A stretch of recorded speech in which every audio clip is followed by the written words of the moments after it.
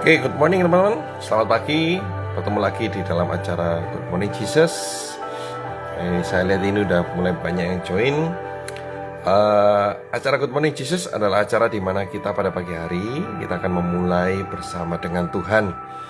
We start our day with Him, ya, through a full sermon, and sometimes juga ada beberapa hari tertentu kita juga ada praise and worship terlebih dahulu, mengingat situasi masih COVID-19 gini ya, jadi masih belum bisa harus berkumpul.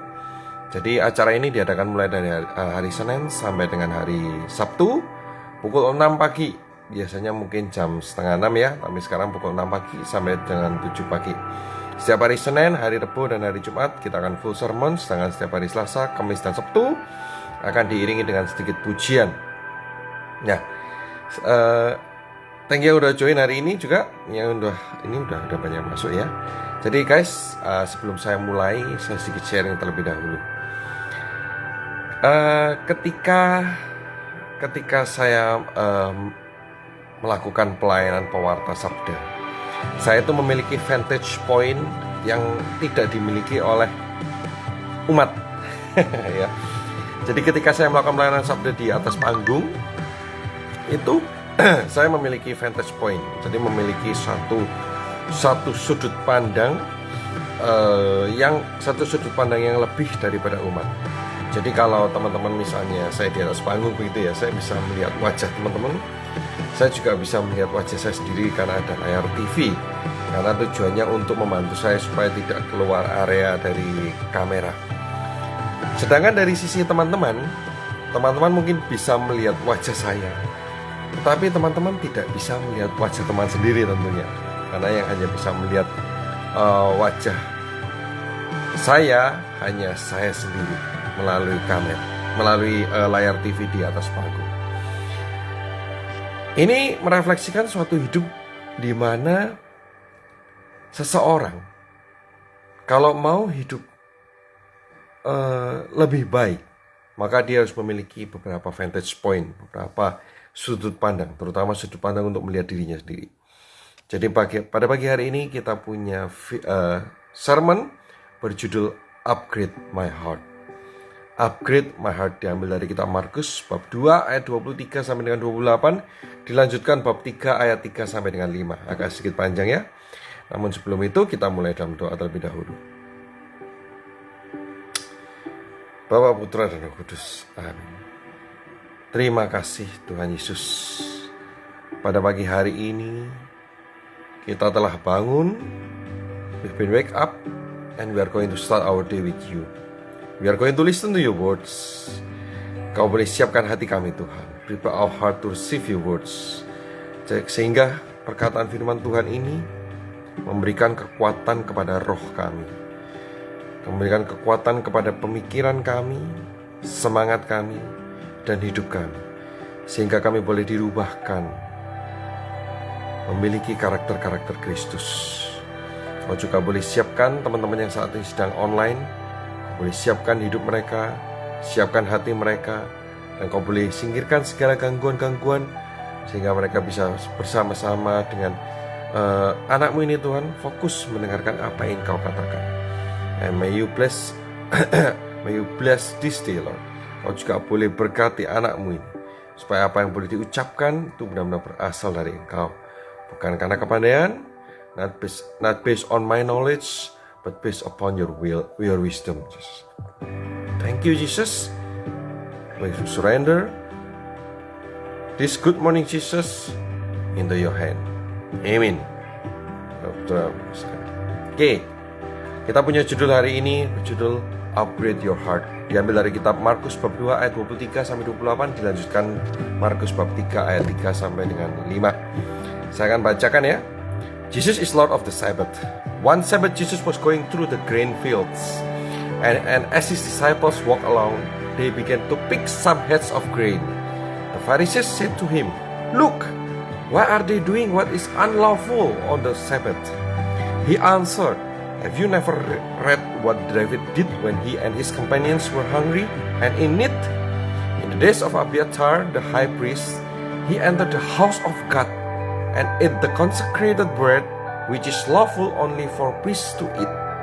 and he also gave some to his companions. Then he said to them, the Sabbath was made for man, not man for the Sabbath.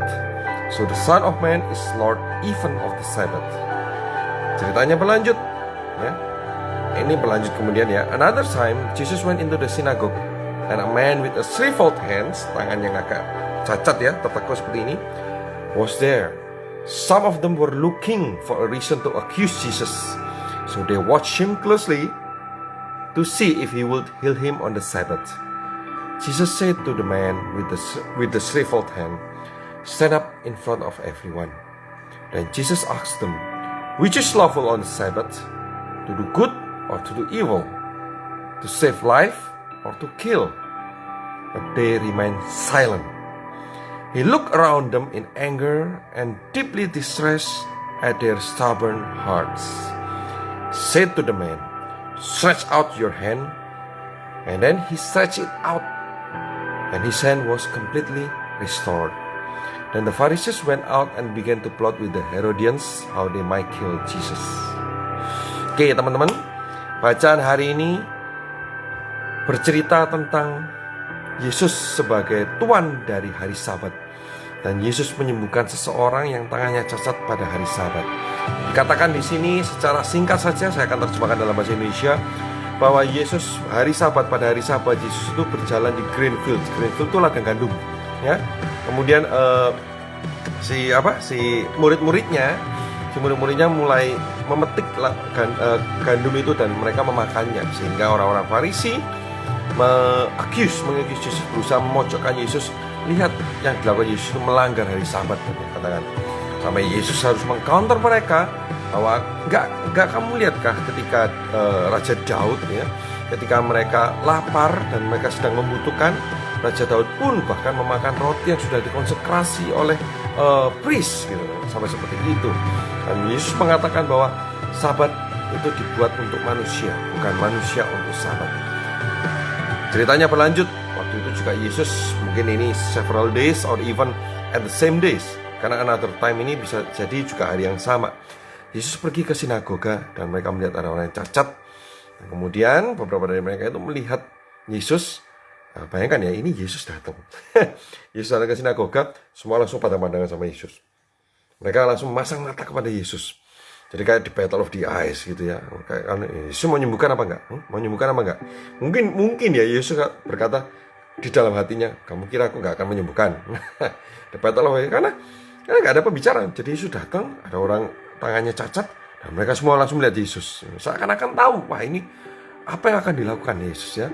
Yesus tentunya mengajak orang itu ke tengah-tengah dan meminta orang yang cacat tangannya itu withered hand atau shriveled hand ya, untuk stretch, untuk meluruskan. Akhirnya Yesus menyembuhkan orang itu. Saudara, ada satu ayat yang menurut saya sangat bagus. Dikatakan di sini, he looked around at them in anger and deeply distressed at their stubborn hearts. Hati yang keras di mata Tuhan itu membuat Tuhan itu stres, buat distress feeling bagi Tuhan. Padahal mereka nggak ngapa-ngapain. Mereka belum ngapa-ngapain, lebih tepatnya mereka belum memojokkan, mereka bahkan belum menganiaya Yesus. But looking at their stubborn hearts make Jesus distressed. Coba saat ini kita refleksikan. Pada pagi hari ini, apakah kita saat ini memiliki stubborn hearts? Sudah ditegur berkali-kali, nggak berubah, masih jatuh pada dalam kelemahan-kelemahan yang sama. Bukan karena kita nggak mau, tetapi bahkan mungkin sometimes kita itu nggak apa-apa lah, sekali aja deh melakukan dosa, cuman sekali aja. Atau stubborn hearts. Kita tidak mau praise and worship, kita tidak mau berdoa. Mungkin bulan Oktober ini kita ada bulan Rosario, kita tidak mau berdoa, mungkin doa Rosario, kita tidak mau punya komitmen tertentu to fix our life, to improve our life. Do we have a stubborn heart in front of Jesus that make him distressed with our feelings? With him, distress him. Nah, kemudian dikatakan di sini, saudara, ada satu hal poin penting. Kita belajar firman hari ini bahwa Jesus cannot upgrade what you are not aware of.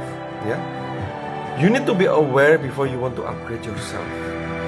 Ketika seseorang tidak menyadari kondisi dirinya. Ketika seseorang tidak menyadari kondisi situasi hatinya, maka seseorang itu tidak bisa di-upgrade sama Tuhan. Mungkin bagi yang baru join hari ini, saya lihat beberapa baru join, kita punya topik upgrade my heart, ya. Upgrade your heart. Ketika seseorang tidak menyadari kelemahannya, tidak mengalami stubbornness-nya, dia nggak bisa di-upgrade sama Tuhan. Ya. Makanya ini menarik sekali kalau kita lihat Adam dan Hawa. Ketika Adam dan Hawa jatuh ke dalam dosa, sebenarnya Adam dan Hawa sudah kehilangan posisinya. Dia sudah tidak menyadari karakter wajah Tuhan di dalam hidupnya. Itu Adam dan Hawa. Dia sudah nggak menyadari. Makanya ketika Tuhan datang di Taman Eden dan mencari Adam dan Hawa, kata-kata yang dikatakan apa? Not how are you? Bagaimana kondisimu? But where are you? Ini sebenarnya adalah kalimat yang bisa ditujukan kepada kita semua, teman-teman. Ketika kita jauh dari Tuhan, ketika kita jatuh di dalam dosa, kita kan jauh dari Tuhan. Dan Tuhan akan tanya, where are you? Di mana kita? Coba kita refleksikan right now. Am I an excellent husband? Am I a good father to my children? Saudara, kita perlu vantage point. Am I an excellent husband? We need to ask other people. Kenapa? Karena I've never married to myself, right? Ya, kita selalu merasa, wah, aku ini suami yang baik. Aku menafkahi keluargaku, aku mendidik anak-anakku, aku baik sama istriku. Am I? I never married to myself. Or am I a good father? I've never been my own parent. Ya kan? Kita harus tanya mungkin kepada anak kita. Kita mungkin tanya kepada teman kita, am I a good friend? Am I a good employee? Am I a good boss? Am I an excellent leader? Am I an excellent servant of the Lord? We need to ask others. Saudara, we need vantage point to upgrade our hearts. Coba, kalau kita perhatikan ya di sini, kalau kita perhatikan baik-baik, kondisi orang-orang Farisi kan orang yang ternama, ya, ahli-ahli Taurat ini orang yang terpandang, ahli agama. Menurut beberapa tafsiran mereka bahkan hafal sampai titik koma, lengkap, ya, sampai mereka bisa tahu lengkap deh pokoknya, ratusan peraturan, ya, ribuan kebiasaan mereka tahu lengkap. Tetapi Yesus memandang their stubborn hearts. Mereka mangkal sama Yesus. Kalau kita perhatikan ya, orang-orang Farisi ini mereka itu benci sama Yesus. Itu karena mereka punya prinsip mikroskop, bukan prinsip mirror, ya. Do you know that mirror is better than microscope? Tahu ya bedanya ya. Orang-orang Farisi itu selalu mikroskop. Kesalahannya apa? Wah, ini kesalahan si Yuli Wantono ini. Kesalahannya itu, wah, ini A, ini B, ini C. Wah, dia nggak ngelakuin ini. They are good with microscope, but they cannot handle with the mirror. Sekarang kita refleksikan diri kita. Apakah kita lebih banyak menilai orang lain, menghakimi orang lain, sehingga kita lupa upgrade our heart by looking at the mirror? Itu orang Farisi. Orang Farisi good with the microscope, but they are bad with the mirror. Karena basic problemnya mudah kok, iri hati. Bagi orang-orang Farisi, mereka tuh iri sama Yesus. Apa irinya sih? Ya, Yesus jelas, dia anak tukang kayu, dia bukan anak orang terpelajar. Mereka iri sama Yesus itu karena mereka tahu siapa Yesus. Yesus declared himself as the Son of God. Tapi bagi orang Farisi, aku tahu siapa Yesus itu. Dia itu lahir dari tempat yang gak ada baiknya, di Nazaret. Gak ada yang baik keluar dari Nazaret itu. Aku tahu siapa Yesus. Dia bukan anak konglomerat, dia bukan anak bangsawan, dia anak tukang kayu. Saya tahu siapa Yesus itu. Bapaknya Yusuf dan Maria, ibunya Maria. Saya tahu asal mulanya. Sehingga hal itulah yang membuat mereka iri. Saudara, sometimes ya, ketika kita judge others, itu secara nggak sadar sebenarnya kita sedang iri. Ada satu quote yang saya menarik ini, saya benar-benar tergugah oleh quote ini. Saya bacakan ya. Jealousy is the trophy that mediocre gives to excellent. Bagus banget ya, saya suka ini. Jealousy is the trophy that mediocre gives to excellent. Saudara, ketika seseorang tidak menyadari dirinya sendiri, ketika dia sukanya melihat orang lain, menilai orang lain, maka dia nggak bisa upgrading their hearts. Ya. Mereka nggak bisa. Lucunya lagi ketika orang-orang Farisi ini udah iri sama Yesus, mereka itu stalking Jesus loh. Ya, mereka stalking Jesus. Kan biasanya orang kalau udah benci ya, misalnya, wah saya benci sama si ini, sama si Fani, ya saya benci banget sama si Fani. Udah, gue nggak mau tahu lah. Kan biasanya kita malah nggak peduli. Tapi orang Farisi ini menarik. Ya, ketika mereka benci Jesus, when they hate him, they stalk him. Kok bisa tahu? Coba teman-teman baca pada ayat ini, ayat yang nomor 23 dikatakan, one Sabbath Jesus was going through the grain fields, and as his disciples walked along, they began to pick some heads of grain. The Pharisees said to him, coba perhatikan ayat ini. Yesus di mana saat itu? Yesus di mana? Di ladang gandum, ya. Yesus di ladang gandum. Sekarang teman-teman pernah bisa bayangin nggak ketika teman-teman benci pada seseorang dan orang itu lagi di sawah, teman-teman lagi di sawah juga.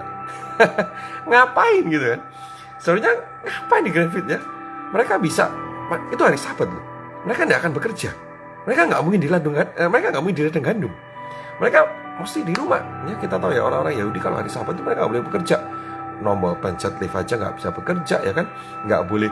Bahkan beberapa nggak berani lihat kaca ya, karena kaca bisa melihat loh kok ada uban, dia cabut rambut ubannya, itu udah bekerja ya. Kemudian bahkan tidak boleh melakukan aktivitas, kasarannya seperti itulah. Mereka nggak mungkin di ladang gandum. Ngapain di ladang gandum? Mereka nggak ngapa-ngapain. Ngapain di ladang gandum kalau nggak ngapa-ngapain selain stalking Jesus? Saudara bisa bayangin ya, mereka benci Yesus tapi mereka stalking juga. Oke, ceritanya berlanjut. Mereka berlanjut. Ketika di sinagoga, orang-orang Farisi melihat Yesus seperti seorang victim. Ketika mereka di sinagoga, mereka melihat ada orang yang cacat tangannya dan Yesus datang. Semua mata langsung memandang. Ini kalau kita refleksikan dalam kehidupan sehari-hari. As a Christian, do we judge people by our own eyes? Apakah kita lebih mudah menghakimi? Sometimes how people will define you by your defect, right? Kadang-kadang kita juga menghakimi seseorang itu juga karena kecacatan mereka. Saya juga pernah melakukan penghakiman secara nggak sadar. Oh, dia itu loh yang pernah datang terlambat ke gereja. Loh, langsung. Ya, ketika saya pernah mengalami momen-momen ketika saya menjadi orang Farisi. Saya taat ke gereja, saya taat misa itu secara luar biasa. Ya, kalau wanya konsekrasi saya memberikan penyembahan. Saya ketika Romo mengangkat tubuh Kristus, body of Christ, saya memberikan penyembahan itu kepala sampai harus menyentuh lantai. Saya lihat orang gak nyentuh lantai, kurang penghormatan, gak kurang ajar sama tubuh Yesus. Wih, Farisi banget deh waktu itu saya. Saudara, berapa banyak dari kita ketika kita lebih mudah menghakimi? Kita melihat orang karena kelemahan mereka. Oh, ini orang yang sombong. Oh, ini temanku yang sombong. Oh, ini temanku yang temanku yang suka nyacati. Oh, ini temanku yang suka dia yang kurang ajar sama orang yang pernah menelikung. Oh, ini dia orang yang kita selalu define people by their own defect. Apakah kita saat ini seperti itu? Saudara, dikatakan bahwa ayat berikutnya shriveled hand. Kalau kita perhatikan pada ayat ini, another time Jesus went to synagogue and a man with a shriveled hand was there. Kalimat ini dalam bahasa Inggris dari terjemahan bahasa Vulgate, bahasa Latinnya ya. Terjemahan dalam bahasa Inggrisnya di sini kalimatnya berbicara perfect past tense. Artinya apa? Bahwa this guy did not have this when he was born. Jadi orang ini nggak cacat ketika dia lahir. Orangnya baik-baik aja. Ya. Ini bukan present perfect ya, tapi past tense ya. Orangnya baik-baik saja. Tetapi dia mengalami accident di tengah-tengah kehidupannya sehingga tangannya cacat. Saudara, it was an accident in the past that still bring residues in the present. Ini yang dialami orang cacat ini, shriveled hands, yang withered hand or shriveled hand. Kalau kita kalau kita lihat dalam kitab Lukas, it was in the right hand. Kita tahu bahwa tangan kanan itu tangan yang sangat penting, tangan untuk menjabat, tangan untuk menyapa, tangan untuk memberi hormat, tangan untuk mengambil sesuatu. Kita selalu diajarkan bahwa tangan kanan ini tangannya lebih sopan daripada tangan kiri. Jadi dalam kitab Lukas dikatakan bahwa shriveled hand ini tangan yang kanan ya. Kalau kita perhatikan lebih parahnya lagi, orang yang cacat ini gak punya iman kepada Yesus. Kenapa? Teman-teman bisa perhatikan ya. This guy didn't have enough faith with Jesus because he didn't say anything to Jesus. Kalau kita tahu bahwa orang-orang mengalami cacat itu minta disembuhkan. Itu kita lihat ya, orang the blind man. Oh Jesus, Jesus, son of David. Jesus, son of David. Dia memanggil. Sehingga Yesus akhirnya datang dan menyembuhkan. Muridnya waktu itu menghalang, jangan rame-rame istilahnya ya. Akhirnya Yesus datang dan menyembuhkan. Wanita pendarahan 12 tahun. She moved to Jesus ya. Dia press, dia berusaha menyingkirkan orang-orang. Dia punya perlawanan mendekat kepada Yesus. Tetapi this guy didn't have enough faith because he didn't do anything. Anda bisa baca ayatnya teman-teman. Dia cuma ada di sana. Dia bahkan gak memanggil Yesus sama sekali. Dan pada saat itu mata semua orang Farisi melihat kepada Yesus, mata penghakiman. Saudara, saya percaya bahwa every miracle that Jesus did is a parable. Semua mukjizat yang Yesus lakukan, dia memiliki tujuan mengajar. Ya, ketika you can do anything in your life, maka bisa melakukan mukjizat apapun dalam cara apapun, maka saya percaya bahwa every miracle that Jesus did is a parable. Ya, the way he did it, it teach something. Bagaimana Yesus melakukannya itu mengajar kita sesuatu. Ya. Saudara, ketika Yesus melihat orang-orang ini, orang yang cacat tangannya, what's wrong with his hands? Which man's hand is what's wrong with your heart. Itu yang Yesus ajarkan kepada orang Farisi. Saya percaya, what's wrong with this man's hand is what's wrong with your heart. He's got withered hand that we can see, but you got a withered heart that you cannot see. Saya merasa percaya benar-benar Yesus ini ajarkan kepada orang-orang itu. Orang ini punya kecacatan di tangannya yang bisa kita lihat, tetapi engkau, hai orang Farisi, punya kecacatan hati yang bahkan kau gak bisa lihat. Saudara, saya percaya bahwa kalau kita percaya dalam dunia teknologi upgradingnya, namanya upgrading our hardware. Dalam dunia teknologi upgrading itu kan ada dua hal. Whether we are upgrading our hardware, or we are upgrading our software, right? Hardware, it means that we can see, but software that we cannot see. In the end of this story, Jesus asked the withered man to stretch out his hand. Saudara, bagi orang cacat tangannya yang simple itu kan ini, kalau bahasa Jawanya sengkle mungkin ya. Orang yang cacat tangannya tertentu seperti ini, diminta di stretch out ya. Itu sesuatu yang sangat menyakitkan, sesuatu yang sangat memalukan. Kenapa malu? Karena dia orang cacat dianggap orang yang berdosa, bahkan dia ditaruh di spotlight in the middle of the synagogue ya. Kemudian di stretch tangannya seperti ini, itu sakit. Melalui imannya, akhirnya orang itu percaya kan, dia mau melakukan stretch itu. Melalui imannya, dia stretch his hand dan dia mengalami kesembuhan. Saudara, at the same moment, God wants the Pharisees to stretch their heart so they can be healed. Tapi kita tahu, orang Farisi pun tidak stretch their heart. They even plan a plot to kill Jesus. Saudara, pada pagi hari ini, moral dari cerita hari ini, upgrading our heart, saya mengajak teman-teman, kita semua, stretch your heart. Kita belajar bersama-sama humility. Kita belajar bersama-sama punya vantage point. So, we can aware with our weakness. We can aware with our heart. And then, God can upgrade our heart. Now let us pray.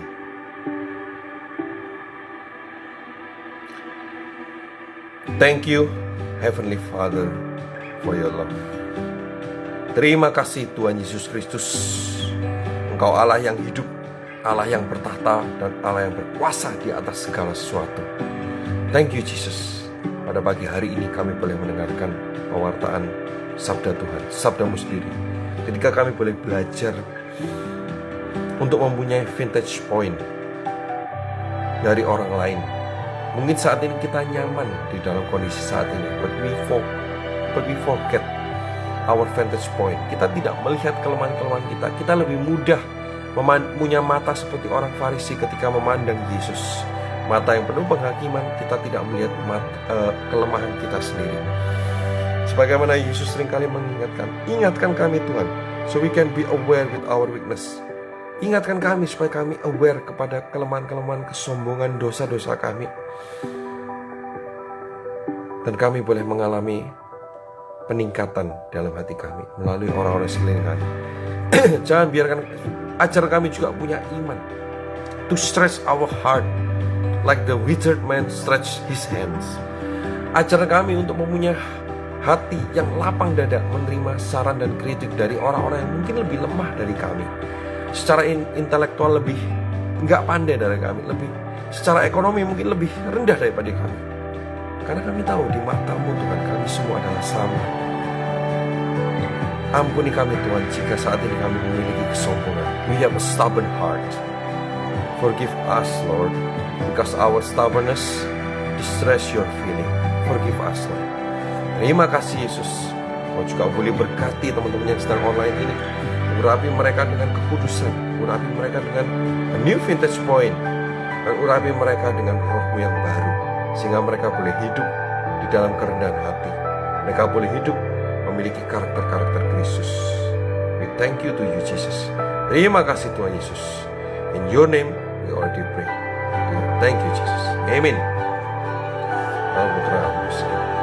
Thank you udah join pada pagi hari ini. Kita udah belajar upgrading my heart, upgrading your heart. Oke, sekali lagi thank you udah join. Pengumuman sedikit. Jadi nanti hari Jumat ini Domus Glory akan, pada bulan Oktober ini kita punya tema yang luar biasa ya. Kita akan punya tema Known the Unknown. Ini ada sebuah tema di mana kita banyak memberikan pertanyaan-pertanyaan dalam kitab suci ya. Akan mungkin pertanyaannya unik-unik, jadi akan dibahas dalam acara Domus Glory. Nanti saya nggak bisa ngomong supaya surprise. Setiap hari Jumat di dalam channel YouTube kami HSM Community, bisa follow. Kemudian yang kedua, teman-teman juga jangan lupa bahwa gunakan acara Good Morning Jesus ini untuk become a blessing to others. Berikan acara ini kepada teman-teman di sekeliling melalui WA group dan sebagainya. Siapa tahu mereka sedang dijamah oleh Tuhan, mereka sedang dipanggil oleh Tuhan, dan kita menjadi bagian dari pelayanan tersebut. Acara Good Morning Jesus setiap hari Senin sampai Jumat, Senin sampai Sabtu. Keburu libur kalau Sabtu ya. Senin sampai Sabtu jam 6 pagi sampai jam 7 pagi. Tetap setia, stay safe, dan saya akan bacakan juga beberapa yang udah join. Cukup banyak pada pagi hari ini ya. I love Mandi. Thank you Marene, FX Susanto, thank you udah join. Salam FX Susanto, Christine, Kak Christine, thank you udah join. Haryanto, Hans, thank you Hans. Maria Felicia, thank you udah join. Albert Hans, morning, good morning. Kok Albert, udah lama ya nggak ketemu ya, atau mungkin online-nya mungkin beda jam ya. Ya, thank you juga Yuni, thank you juga S Angel. Ya wis deh, thank you. Thank you Yuni, Kesha, thank you Iren, thank you Sukia, thank you Kurniawan udah join. Join kalian tuh memberikan semangat para pewarta. Coba kalau misalnya nggak ada yang join gitu kan, kita kayak ngomong sama Tembo dong. Ya, kalau ada teman-teman itu bisa support kami juga ya. Jadi kita sama-sama saling melayani. Thank you Sesho Yuan, thank you Patricia, thank you Josiah, thank you Fanny, thank you Hani, thank you Budi Prasetyo, thank you Chen Foni, Stefanus Niko, thank you Jenny Hartono udah join, thank you Rita, good morning, thank you Budi for your ministry this morning, God bless you and family from Perth, and have a blessed Monday. Thank you to you too, Albert Hans, and also stay safe ya di sana. Sana nggak PSBB ya kayaknya sana ya. Sesho Yuan, thank you Firman, thanks Budi untuk firmannya, sama-sama Kak Christine. Firman hari ini juga mengingatkan saya. Thank you Hans, thank you juga Dani, God bless, thank you Triwarisan. Oke, udah join. Oke, ini udah semua saya bawa. Thank you juga Santi Levi Yani, God bless you too. Oke guys, thank you semua, God bless, stay safe, and also let us upgrade our heart together. See you.